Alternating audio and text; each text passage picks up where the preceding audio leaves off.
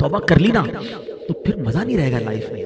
یہ جو انجوائمنٹ ہے، پارٹی شارٹی ہے، فلمیں ڈرامے گانے باجے اور حرام چیزوں میں جو مزہ ہے یہ سب ختم ہو جائے گا. اللہ اللہ کرتا رہوں گا تو بور ہو جائے گی لائف. اس کو ایک ایگزامپل کے ذریعے سمجھاتا ہوں. دو دوست ہیں اور ایک دوست ہے جو ویجیٹیرین ہے. اس کے دوست کہ یار کبھی تو چکن کھا لے یار، اتنی بڑی نعمت ہے، کبھی تو مٹن. کہتا نہیں بھائی، اس دال میں جو مزہ ہے نا، پالک میں جو مزہ ہے، سلاد میں جو مزہ ہے، اس کے علاوہ لائف میں کچھ بھی نہیں ہے.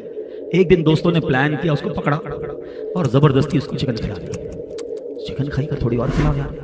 اب اس کو پتا چلا کہ بہترین کھانے تو یہ تھے، میں ساری زندگی ویجیٹیرین بنا رہا. اب ذرا تسلی سے سمجھنا، جس کو اصل میں فلموں ڈراموں گانوں باجوں شراب کی محفلیں اس کا لطف ہے نا، اس کو لگتا ہے مزہ اسی میں ہے. پرابلم یہ ہے کہ جس نے گناہوں والی لائف گزاری ہے وہ سمجھتا ہے مزہ ہی اسی میں ہے. ارے اس میں مزہ نہیں ہے، کیونکہ مجھے اور آپ کو رب نے بنایا ہے. دنیا کا دستور ہے، مینوفیکچررز نوز ویری ویل، بنانے والا بتاتا ہے کہ اس چیز کا فنکشن کیا ہے. آپ جب کوئی گاڑی خریدتے ہیں ساتھ ایک کتاب آتی ہے، مجھے اور آپ کو کس نے بنایا ہے؟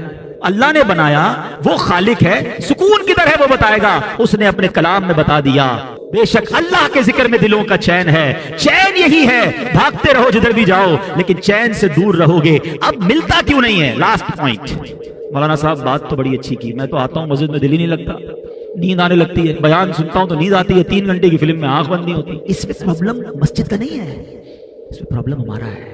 خدا کی قسم جو اس وقت سکینہ دل پر نازل ہو رہا ہے، کتنا لطف آ رہا ہے، کتنی رحمت محسوس ہو رہی ہے. میں کہاں بیٹھا ہوں؟ میرے رب کے گھر میں بیٹھا ہوں، میرے اللہ کا ذکر کر رہا ہوں. اس سے اچھی زندگی کا مقصد کیا ہے؟ اگر ابھی موت آتی ہے تو اس سے اچھی موت کیا ہے؟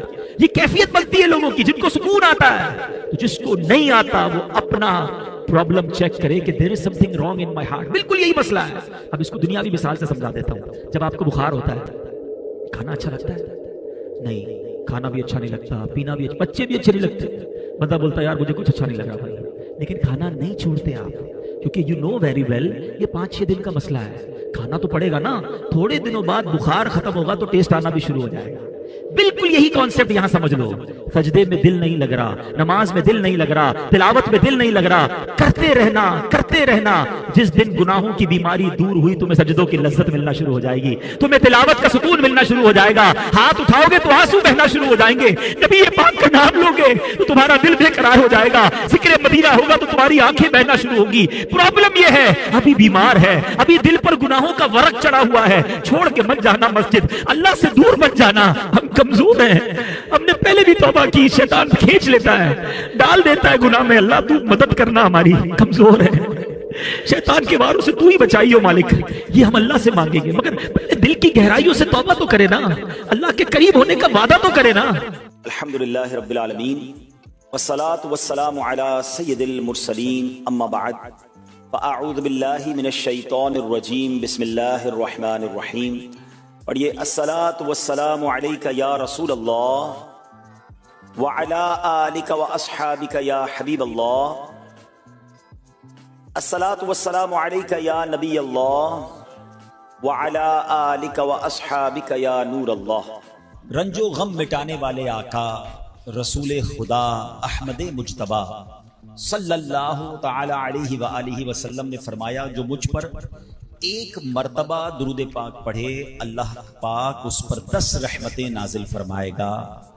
جو مجھ پر 10 بار درود پاک پڑھے رب کریم اس پر 100 رحمتیں نازل فرمائے گا. اور جو مجھ پر 100 مرتبہ درود پاک پڑھے اللہ پاک اس کی دونوں آنکھوں کے درمیان لکھ دے گا کہ یہ بندہ منافقت اور جہنم کی آگ سے آزاد ہے. نام حضرت پہ لاکھ بار درود، نام حضرت پر لاکھ بار درود، بے عدد اور بے شمار درود. ہم کو پڑھنا خدا نصیب کرے دم بدم اور بار بار درود. مومنوں آپ پر پڑھے جاؤ با ادب اور با وقار درود. جو محب نبی ہے اے کافی، جو محب نبی ہے اے کافی، چاہیے اس کو بار بار درود.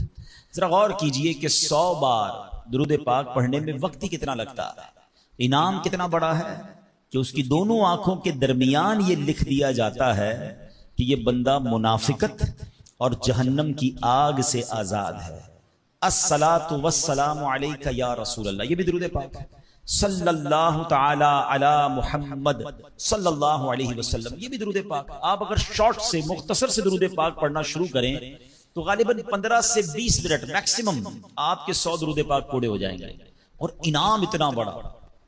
میں چوٹ کرنے کے لیے کہتا ہوں, اگر ہمیں یہ کہا جائے کہ جناب 100 بار جو درود پاک پڑھے گا اس کو 10,000 روپے ملیں گے, بندہ کہے یار 15 منٹ میں 10,000 روپے, 1000 بار درود پاک پڑھے گا تو 1,00,000 روپے ملیں گے. سبحان اللہ. اب دنیا کا اگر کوئی انعام اعلان کر دیا جائے تو سارے لوگ اسے کرنے کے لیے تیار ہو جاتے ہیں. یہ آخرت کا کتنا بڑا انعام ہے. ہر درود پر 10 رحمتیں. آپ یقین کریں کروڑوں روپے خرچ کر کے بھی ایک رحمت نہیں خریدی جا سکتی. اللہ نہ چاہے جس پر رحمت, کون رحمت لے سکتا, مگر درود پاک سبحان اللہ ہر درود پر رحمتیں برس رہی ہیں. اس وقت جو حالات چل رہے ہیں, معاملات چل رہے ہیں, ہم سب چاہتے ہیں ہماری بھی حفاظت رہے, ہمارے بچوں کی, ہمارے کاروبار کی, ہمارے گھر بار کی حفاظت رہے. ہم سفر پر جائیں تو خیر سے جائیں, واپس بھی خیر سے آئیں. تو سبحان اللہ مجھے بتائیے جس پر رحمت الہی برستی رہے تو اس کی کیسی حفاظت ہو جائے گی. تو گھر سے نکلے تو درود پڑھیں, سفر میں درود پڑھیں, بچوں کو کہیں کہ وہ گھر پہ درود پاک پڑھیں, تو انشاءاللہ یہ سارا رحمتوں کا حصار جو ہے ہمارے ارد گرد رہے گا. اللہ مجھے بھی اور آپ کو بھی کثرت سے درود پاک پڑھنے کی توفیق عطا فرمائے. آئیے مل کر محبت کے ساتھ بآواز بلند درود پاک پڑھ لیں. صلو علی الحبیب صلی اللہ تعالی علی محمد صلی اللہ علیہ وسلم. نبی کی شان میں ہو جس قدر درود پڑھو, محبوں پاؤ گے جنت میں گھر درود پڑھو.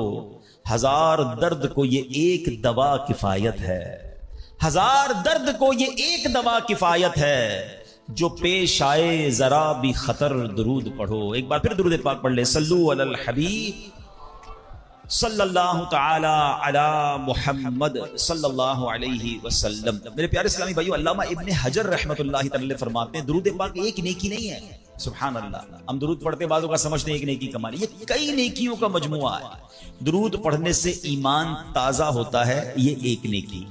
درود کی برکت سے نبی پاک علیہ السلام پر یقین بڑھتا ہے, یہ دوسری نیکی. درود پاک پڑھنے میں تعظیم مصطفیٰ ہے, رسپیکٹ آف رسول اللہ صلی اللہ تعالی علیہ وسلم ہے, یہ تیسری نیکی. درود پاک پڑھنے سے آخرت پر ایمان پکا ہوتا ہے, یہ چوتھی نیکی. درود پاک میں نبی پاک علیہ السلام کے احسانات کا ذکر ہے, یہ پانچویں نیکی. اور درود پاک میں نیکوں کے سردار مکی مدنی تاجدار صلی اللہ تعالی علیہ وسلم کا ذکر ہے, اور نیکوں کے ذکر پر رحمت اترتی ہے, یہ چھٹی نیکی ہے. آئے ہائے, نیکیوں کا انبار لگ جاتا ہے اگر بندہ درود پاک پڑھنے والا بن جائے. اللہ مجھے اور آپ کو کثرت سے درود پاک پڑھنے کی توفیق عطا فرمائے. ایک بار پھر درود پاک. صلو علی الحبیب صلی اللہ تعالی علی محمد صلی اللہ علیہ وسلم. ایک واقعہ بڑا مشہور واقعہ ہے اور قرآنی واقعہ ہے. کئی بار ہم نے سنا ہوگا. ایک عظیم خاندان کی یاد بہت زور سے, بڑی زور و شور سے دنیا بھر میں اس کا ذکر شروع ہو جاتا ہے, اور وہ عظیم خاندان ہے حضرت ابراہیم علیہ نبینا علیہ السلام کا خاندان. حضرت ابراہیم کی یاد ہے, حضرت اسماعیل کی یاد ہے, بی بی ہاجرہ کی یاد ہے. مسلمان حج کو جا رہے ہیں, اس پہ بھی حضرت ابراہیم اور ان کے خاندان کی یادیں ہیں, اور جب قربانی کرتے ہیں تب بھی حضرت ابراہیم اور حضرت اسماعیل کی یادیں ہیں. کیا خاندان ہے. مگر ان واقعات سے جو آج بیان میں سے کچھ باتیں میں عرض کروں گا, اور اس کا مقصد کیا ہے انشاءاللہ وہ آگے بتاتا ہوں. ایک بادشاہ تھا نمرود. یاد رہے کہ دنیا میں 4 ہی ایسے بادشاہ گزرے ہیں جن کو پوری دنیا پر حکومت کرنے کا موقع ملا ہے. ٹھیک ہے, اس میں 2 ایمان والے تھے, 2 غیر مسلم تھے. جو ایمان والے تھے وہ حضرت سلیمان علیہ نبینا علیہ السلام, اور دوسرے حضرت ذوالقرنین رحمت اللہ تعالی علیہ. اور 2 جو غیر مسلم تھے, بے ایمان تھے, اس میں ایک تھا نمرود اور دوسرا فرعون. اچھا, اب نمرود جو تھا وہ بڑا ہی بدبخت تھا. ایک تو خدائی کا دعوے دار بھی ہو جاتا تھا, اور نمرود نے حضرت ابراہیم علیہ نبینا علیہ السلام کو بھی اپنی طرف بلانے کی کوشش کی کہ وہ بھی اس کی بات مانے. حضرت ابراہیم علیہ السلام اس کی بات نہیں مانتے تھے, وہ اللہ وحدہ لا شریک کی بات کرتے تھے. نمرود خدائی کا دعویٰ کرتا تھا. بڑے طویل واقعات ہیں کہ کس طرح نمرود کے دربار میں رہ کر حضرت ابراہیم نے حق کی دعوت دی. نمرود نے کہا کہ میں خدا ہوں, تو آپ نے فرمایا خدا تو وہ ہے جو زندہ کرتا ہے. تو نمرود نے کیا کیا، ایک بندہ جس کو سزائے موت سنا دی گئی تھی اس کو جیل سے نکال کے رہا کر دیا، کہا دیکھو میں نے بھی زندہ کر دیا، اس کی تو موت لکھی ہوئی تھی نا، سزائے موت ہو گئی تھی، میں نے اس کو فارغ کر دیا۔ آپ نے فرمایا اللہ تو وہ ہے جو موت دیتا ہے، تو اس نے ایک عام بندے کو پکڑا، اس کو قتل کا حکم دے دیا، اس کو مار دیا، کہا موت تو میں بھی دیتا ہوں۔ حضرت ابراہیم علیہ السلام نے کہا کہ میرا رب وہ ہے جو مشرق سے سورج کو نکال کر مغرب میں طلوع کرتا ہے، اگر تو خدا ہے تو مغرب سے نکال کر دکھا۔ اب اس کے پاس کوئی جواب نہیں تھا، یہ کیسے کر سکتا ہے کوئی؟ تو بہرحال کمال کا جذبہ تھا، کمال کا یقین تھا اللہ وحدہ لا شریک پر، ایسا یقین سبحان اللہ۔ اب جب نمرود نے دیکھا کہ کوئی بات یہ ماننے کے لیے تیار نہیں ہے تو ان بدبختوں نے یہ فیصلہ کیا کہ حضرت ابراہیم علیہ السلام کو آگ میں ڈال دیا جائے۔ اچھا وہ کوئی نارمل آگ نہیں تھی، ایسی آگ نہیں تھی کہ لکڑیاں لگائیں اور جناب بندے کو ڈالنا ہے، ایک ایسی آگ تھی کہ جو اس وقت تک اتنی بڑی آگ لگائی نہیں گئی تھی، اور ایسی آگ تھی کہ کوئی پرندہ بھی اوپر سے گزرتا تھا تو وہ گزر نہیں پاتا، جل کے اس کے اندر کوئلہ بن جاتا تھا، اور ابراہیم علیہ السلام کو اس آگ میں پھینکا جانے لگا۔ دیکھیں آج بھی اگر کوئی جیل میں قید ہو نا، سزا سنا بھی دی گئی ہو تو اس کو یقین ہوتا ہے کہ کوئی نہ کوئی راستہ نکل آئے گا، ضمانت ہو جائے گی، یہاں تک کہ سزائے موت کے قیدیوں کو بھی یقین ہوتا ہے کہ چلے کوئی نہ کوئی چانس ہوگا، کوئی سزا معاف ہو جائے گی، کوئی عمر قید میں تبدیلی ہو جائے گی۔ سنا ہے پاکستان کی جیلوں میں کئی سال سے لوگ ہیں سزائے موت کے قیدی ہیں مگر ان کو سزائے موت نہیں ہو رہی، تو کوئی نہ کوئی یقین یا امید رہتی ہے۔ مگر حضرت ابراہیم علیہ السلام کو آگ میں پھینک دیا گیا، اپنی طرف سے اچھال دیا گیا۔ تو جبریل امین آئے اور آ کر کہا کہ اے ابراہیم کوئی حاجت ہو تو بتائیں۔ حضرت ابراہیم علیہ السلام کہتے ہیں مجھے تم سے کوئی حاجت نہیں ہے۔ کہا پھر جس سے حاجت ہے اس کو بتا دینا، اللہ رب العالمین کی بارگاہ میں تو عرض کریں۔ تو آپ نے کہا حسبی من سؤالی علمہ بحالی، اے جبرائیل میں کس حال میں ہوں میرا رب کریم جانتا ہے، اس کا جاننا میرے مانگنے سے بہتر ہے۔ اب یقین کے لیول تو دیکھیں نا، اللہ دیکھ رہا ہے نا، میرے مانگنے سے بہتر یہ کہ وہ جانتا ہے، اس نے دیکھا ہے، اسے معلوم ہے مجھے آگ میں ڈالا جا رہا ہے، اگر وہ راضی تو میں بھی راضی۔ پنجابی شاعر کہتے ہیں نا جے سونا میرے دکھ وچ راضی، میں سکھ نو چلے پاوا ہوں، اگر میرا مالک میرے دکھ میں راضی ہے تو میں نے سکھ کو کیا کرنا ہے۔ یہ کیسا یقین تھا، مگر اس یقین کا نتیجہ کیا نکلا کہ قرآن میں رب فرماتا ہے یا نار کونی بردا وسلاما علی ابراہیم۔ پھر آگ کو رب نے کیا حکم دیا، ذرا سمجھیے گا بات کو، اللہ کی قدرت کا کیسا نظارہ ہے اس واقعے میں۔ مجھے بتائیے آگ کا کام کیا ہے؟ آگ کا کام تو جلانا ہی ہے نا، عقل بھی کہتی ہے، سائنس بھی کہتی ہے، تجربہ بھی کہتا ہے، جب بھی آگ ہے کوئی چیز ڈالو جلی جاتی ہے۔ مگر اسی آگ کو رب نے کیا حکم دیا، اے آگ ابراہیم پر ٹھنڈی اور سلامتی والی ہو جا۔ اللہ اکبر، حضرت ابراہیم کا ایمان ایسا تھا، یقین ایسا تھا، اتنی بڑی آگ جو ہے حضرت ابراہیم کے لیے گلزار بن جاتی ہے، باغ بن جاتی ہے۔ اچھا پھر ہوا کیا کہ نمرود جو ہے کچھ دنوں کے بعد، ایسا نہیں فوراً، کچھ دنوں تک آگ جلتی رہی، حضرت ابراہیم اس میں ڈالے جا چکے تھے۔ نمرود نے سوچا دیکھوں تو صحیح کہ ابراہیم کا حال کیا ہوا ہے۔ وہ اپنے محل کی چھت پر چڑھ گیا، اور چھت پر چڑھنے کے بعد اس نے آگ کی طرف دیکھا، وہ حیران ہو گیا کہ حضرت ابراہیم اس اتنی بڑی آگ میں ایسے بیٹھے ہوئے ہیں جیسے بندہ باغ میں بیٹھا ہوتا ہے، بالکل اس آگ نے کوئی بال بھی بیکا نہیں کیا۔ حضرت ابراہیم چند منٹوں یا چند گھنٹوں میں نہیں رہے، تفاسیر میں لکھا کہ حضرت ابراہیم علیہ السلام اس آگ میں ایک روایت کے مطابق 7 دن اور ایک روایت کے مطابق 40 دن اس آگ میں رہے، مگر جب آپ باہر آتے ہیں تو آگ نے کوئی اثر آپ پر نہیں ڈالا۔ اللہ اکبر۔ اچھا پھر اس نے کیا کیا، نمرود نے یہ کیا کہ ہو سکتا ہے یہ آگ کی جو نا یہ کیٹیگری ٹھیک نہیں ہے، یہ آگ جلانے والی آگ نہیں ہے، تو نمرود نے پریکٹیکل کرنے کے لیے ایک اور بندے کو اس آگ میں ڈال دیا۔ حضرت ابراہیم اس آگ میں موجود ہیں اور بڑے نارمل طریقے سے بیٹھے ہوئے ہیں، آگ جل رہی ہے، تو نمرود نے ایک اور شخص کو آگ میں ڈالا، جیسے ہی وہ بندے کو آگ میں ڈالا اس آگ نے اس بندے کو جلا کر راکھ کر دیا۔ یعنی اس آگ کا کام جلانا تھا، مگر میرا رب جس کے لیے چاہے وہ آگ گلزار بن سکتی ہے۔ اللہ اکبر۔ آپ علیہ الصلوۃ والسلام کا جب یہ معجزہ لوگوں نے دیکھا تو کئی لوگ کلمہ پڑھ کر مسلمان ہو گئے، مگر نمرود کے نصیب میں ایمان نہیں تھا۔ لیکن اس واقعے سے سیکھنے کو کیا ملا، یقین، بلیف، اللہ پر بھروسہ۔ اور اگر رب پر بھروسہ ہونا تو ایسے کام آج بھی اپنی آنکھوں سے ہم دیکھ سکتے ہیں۔ ہاں شاعر مشرق کہتے ہیں نا، اگر آج بھی ہو ابراہیم سا ایمان پیدا، there is only one condition، ایمان وہ چاہیے، یقین وہ چاہیے۔ اگر آج بھی ہو کیسا ایمان، ابراہیم سا ایمان پیدا، آگ کر سکتی ہے انداز گلستان پیدا۔ آج بھی غموں کی آگ باغ بنے گی, آج بھی آپ کی مشکلوں کی آگ باغ بنے گی, مگر پرابلم یہ ہے کہ یہ بھروسہ کہاں ہے, وہ یقین کہاں ہے اللہ پر. ڈگمگا گئے ہم لوگ, ہمارے یقین اور بھروسے ہل گئے ہیں. اللہ اکبر. آئیے ایک اور واقعہ سنتے ہیں. حضرت ابو مسلم خولانی رحمت اللہ تعالی علیہ, ان کو امت کا حکیم کہا جاتا تھا. بڑے کمال کی شخصیت اور بڑے عقل مند اور دانا تھے. آپ کے دور میں آپ یمن میں رہتے تھے اور آپ تابعی بزرگ ہیں. تابعی کس کو کہتے ہیں؟ جس نے کسی صحابی کو ایمان کی حالت میں دیکھا ہو اور اس کا خاتمہ بھی ایمان پر ہی ہوا ہو.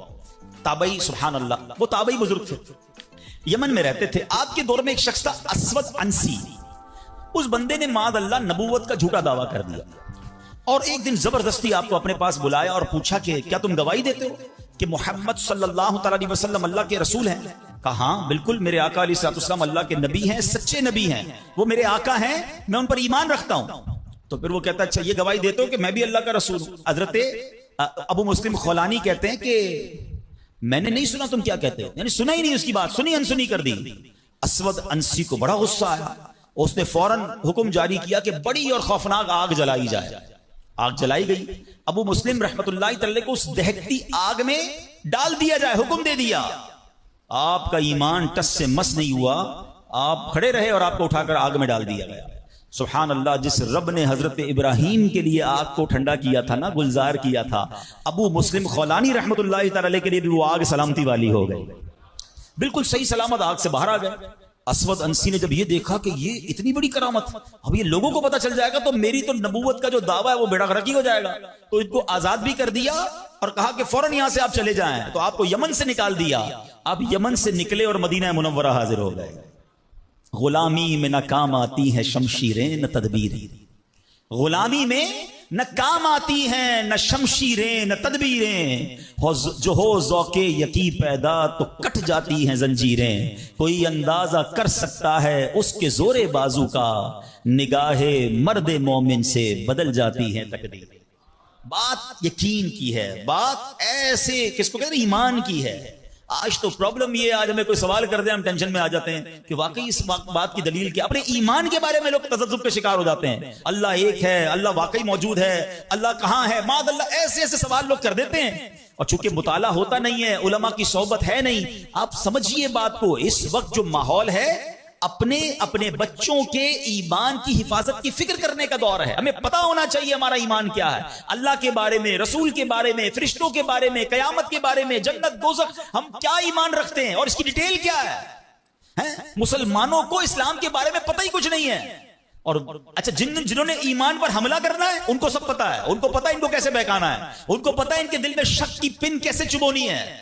تو خدا را یہ بات سمجھیے کہ اس وقت باقاعدہ ایسے لوگ, ایسے ادارے کام کر رہے ہیں کہ کسی طرح مسلمانوں کا ایمان چھین لیا جائے, ان کو اپنے رب سے ہی جناب یقین ختم کر دیا جائے, اسلام سے ہی ان کو ہلا دیا جائے, مگر فکر ہی کسی کو نہیں ہے. امام عشق و محبت اعلی حضرت نے 100 سال پہلے یہ بات کہی تھی. بتاؤ وہ 100 سال پہلے کے معاملات تھے, اب اور کتنے خطرناک ہو گئے. آپ نے لکھا تھا سونا جنگل رات اندھیری, چھائی بدلی کالی ہے, سونے والو جاگتے رہیو چوروں کی رکھوالی ہے. انہوں نے سمجھایا تھا کہ چور رکھوالے بن گئے ہیں, آپ کو اسلام کے لبادے میں اسلام کی بات کرنے آئیں گے اور ایمان لوٹ کے چلے جائیں گے, پتہ بھی نہیں چلے گا. کہتے ہیں آنکھ سے کاجل صاف چرا لیں, یہاں وہ چور بلا کے ہیں. کیا محاورہ استعمال کیا ہے, آنکھ میں جب کاجل لگا ہوا تو کون نکال سکتا ہے. آنکھ سے کاجل صاف چرا لیں, یہاں وہ چور بلا کے ہیں, تیری گٹھڑی تاکی ہے اور تو نے نیند نکالی ہے. یہ دور غفلت کی نیند سونے کا نہیں ہے. ہمارے بچوں کو کتنا پتا ہے اسلام کے بارے میں, خود ہمیں کتنا معلوم ہے, لیکن یقین بزرگوں کا کیسا تھا کہ جناب ان کو آگ میں ڈال دیا جاتا تھا, وہ آگ باغ بن جاتی تھی. یقیناً آج کے دور میں یہ ٹیسٹ نہیں کریں گے ہم. اب یہ بھی نہ ہو کہ جناب کوئی کہے چلو جناب اسلام یقین جو ہے میرا, اسلام حق پر ہے کہ نہیں, آگ میں جاتا ہوں, آگ نہیں جلائے گی مجھے. پہلا ایسے یقین بھی تو لائے نا.